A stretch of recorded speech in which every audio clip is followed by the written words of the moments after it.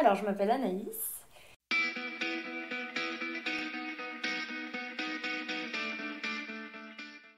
Et comment je me décrirais? Pleine d'idées, pleine de folie, pleine d'idées.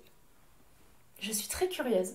Je suis quelqu'un qui est très curieuse et qui a toujours besoin d'être réconfortée sur ce que je fais, sur ce que j'entreprends, sur mes projets, savoir s'ils vont être bons ou pas. Et c'est vrai que bizarrement, j'aimerais savoir voilà, si ce que je fais va marcher, va fonctionner, si mes enfants plus tard, enfin, tout va aller. C'est vrai que j'aimerais bien savoir ce qui se passe dans l'avenir. Mon jeune âge fait que j'ai des petites folies qui me passent dans la tête ou des choses que j'ai envie d'entreprendre qui ne sont tout simplement pas possibles, même si je le sais.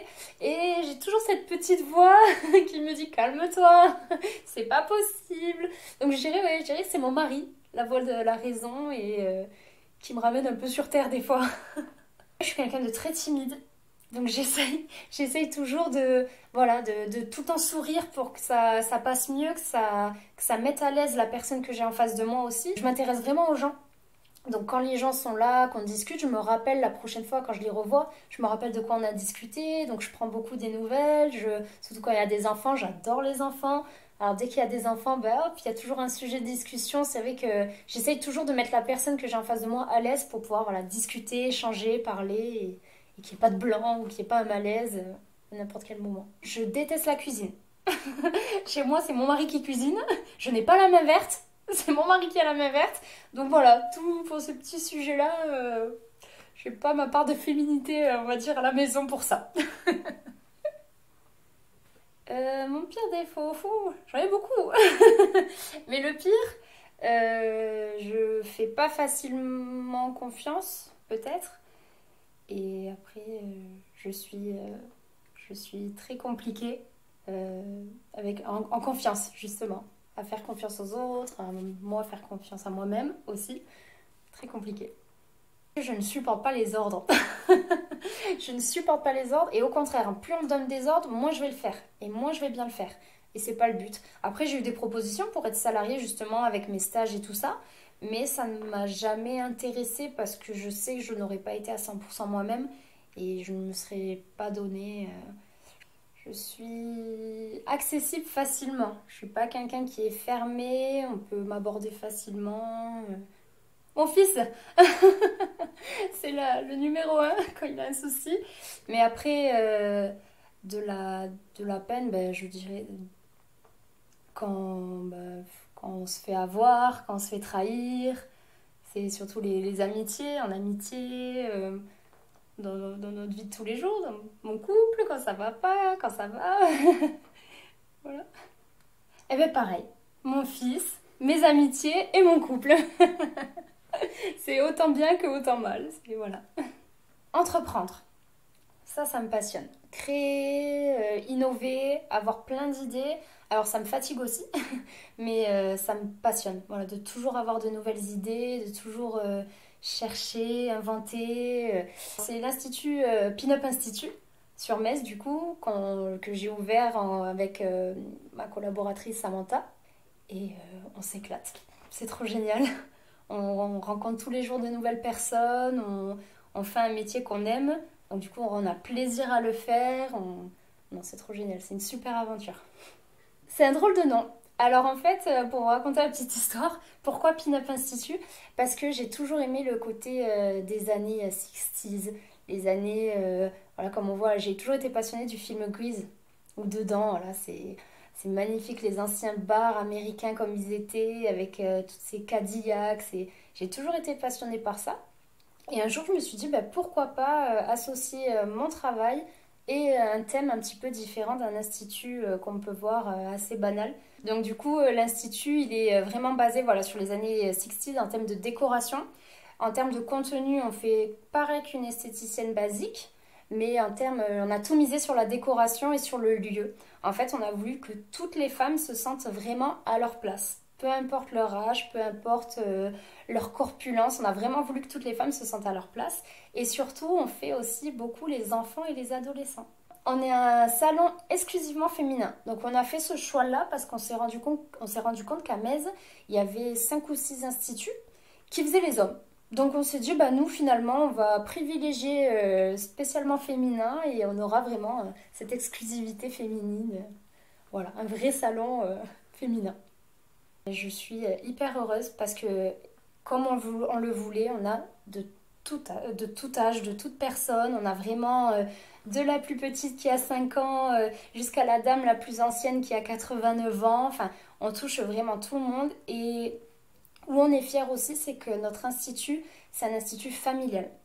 On n'est pas un peu dans les enseignes qui... On a beaucoup de femmes qui ont été déçues justement de l'esthéticienne et qui n'y vont plus parce que justement c'est un peu chichi pompon, c'est beaucoup voilà, le côté financier qui ressort, tout ça. Et nous voilà, on a envie que quand nos clientes viennent chez nous, elles se sentent à l'aise. Elles se sentent comme si elles étaient chez elles finalement et qu'on passe un agréable moment et qu'elles ressortent contentes. Ça a été compliqué, ça a été compliqué parce que c'est vrai que mine de rien, on voit que le beau côté, l'ouverture d'un institut, tout ça, mais il y a beaucoup quand même de mauvais côtés, même à la maison.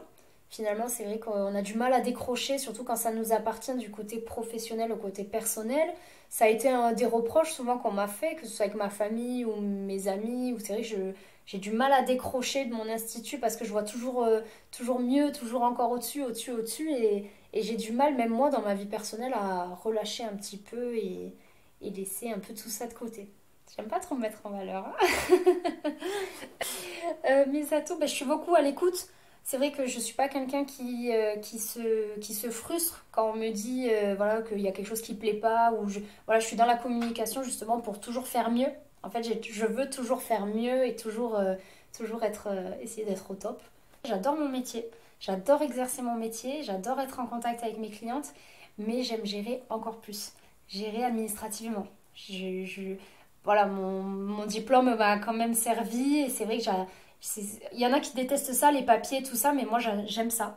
J'aime gérer, j'aime devoir appeler à droite à gauche, gérer les rendez-vous, les machins, j'aime ça. Après, voilà, je resterai fidèle à Metz. C'est-à-dire que Metz, c'est mon premier institut et je ne lâcherai jamais mes clientes. On me verra toujours à Metz, malgré mon projet qui fait que je risque d'être moins sur Metz forcément, mais je ferai toujours en sorte d'être à Metz parce que j'ai un lien avec à Metz que je n'aurai pas dans les autres. Quand j'ai des doutes au niveau de mon travail, au niveau de ce que j'entreprends, au niveau de moi-même, c'est vrai que soit j'appelle mes cousins, soit j'ai des fortes relations avec mes oncles et mes tantes. Enfin, c'est vrai que la famille, ma mère, dès que j'ai un souci, j'hésite. Ou c'est vrai que je dirais beaucoup la famille et mes amis. J'ai de très bons amis qui sont vraiment pour moi dans ma vie des atouts.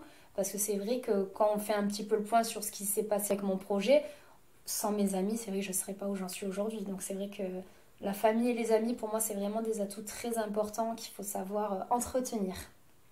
La famille et les amis, je crois que c'est ce qui a le plus de valeur à mes yeux. C'est vraiment important. C'est vraiment important. La sincérité. J'aime bien que quand on pense quelque chose, on me le dit.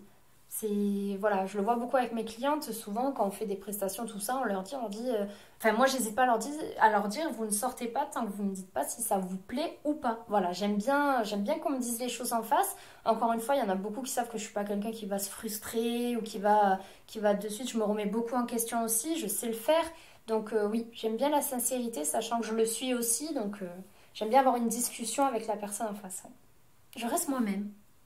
Je reste moi-même, tout simplement. Voilà, je suis entourée. On dit souvent que voilà, on a ce qu'on est, et c'est vrai que enfin, je reste moi-même. Je suis pas prise de tête. Et c'est vrai que j'ai pas d'amis qui sont compliqués, j'ai des amis simples. Voilà, j'ai un travail simple. J'ai des clientes simples. On rend un petit peu enfin, je sais pas comment trop l'expliquer, mais voilà, je pense que je suis pas trop compliquée. Et du coup, ben, voilà, ça fait que j'ai un entourage pas trop compliqué, pas trop prise de tête. Et voilà. On est quand même en contact avec des gens.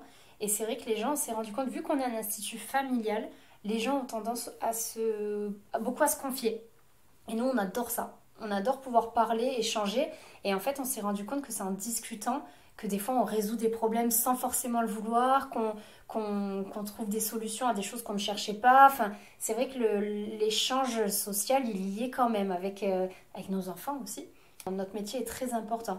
Mais après, voilà, on est très professionnel aussi, ou quand même psychologue, ce qui se dit reste entre nous. qu'il y a 10 ans derrière, j'aurais pensé être là aujourd'hui, c'est-à-dire être maman, être chef d'entreprise, avoir mon mari, avec qui ça fait des années maintenant et ça se passe super bien, avoir de tels amis, et où on sera dans 10 ans. C'est ça qui est incroyable, la vie est faite de choses incroyables, quoi.